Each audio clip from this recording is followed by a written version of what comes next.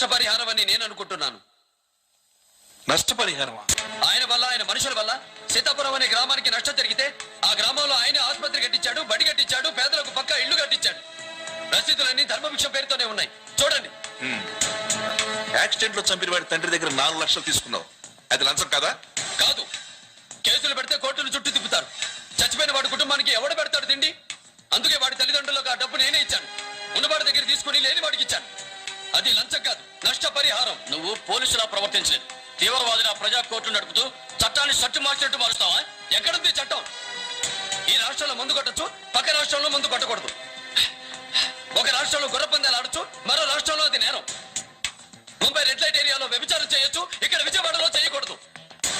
ఇలా రాష్ట్రానికి రూలు, జిల్లాకు రూలు నడుస్తున్నప్పుడు నా రూల్ని నేనే రాసుకున్నాను.